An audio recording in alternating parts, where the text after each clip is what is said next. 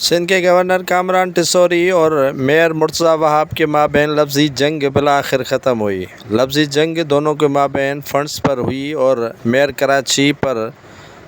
الزام تراشی متحدہ قومی موومنٹ کے علاوہ گورنر سندھ کامران ٹیسوری نے بھی لگانا شروع کر دی۔ ایک دوسرے پر لفظی وار کرتے رہے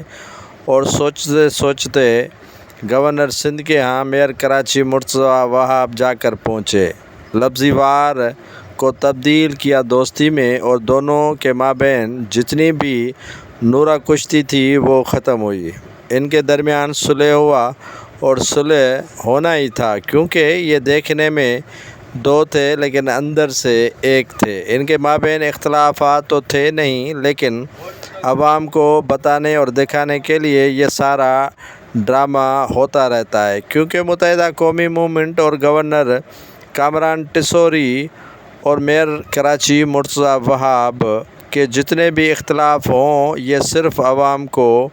بھولاپن بنانے کے لیے اور عوام کو بیوقوف دکھانے کے لیے کرتے رہتے ہیں۔ ان کے مابین جو اختلافات کی خبریں اور لفظی وار چل رہا تھا سبھی نے سمجھ لیا تھا کہ ان کے مابین اب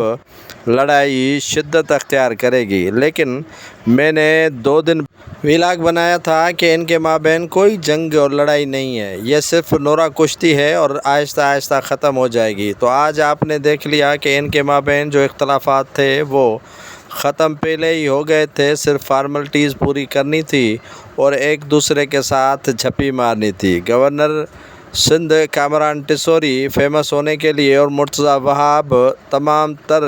مسائل سے توجہ ہٹانے کے لیے ایک دوسرے کے خلاف بیان داغ دیتے ہیں کیونکہ اسپیس بھی تو دینا ہے۔ متحدہ قومی موومنٹ مری ہوئی جماعت ہے، اسے زندہ رکھنے کے لیے مرتضیٰ وہاب جیسے بیان داغ دیتے ہیں اور پھر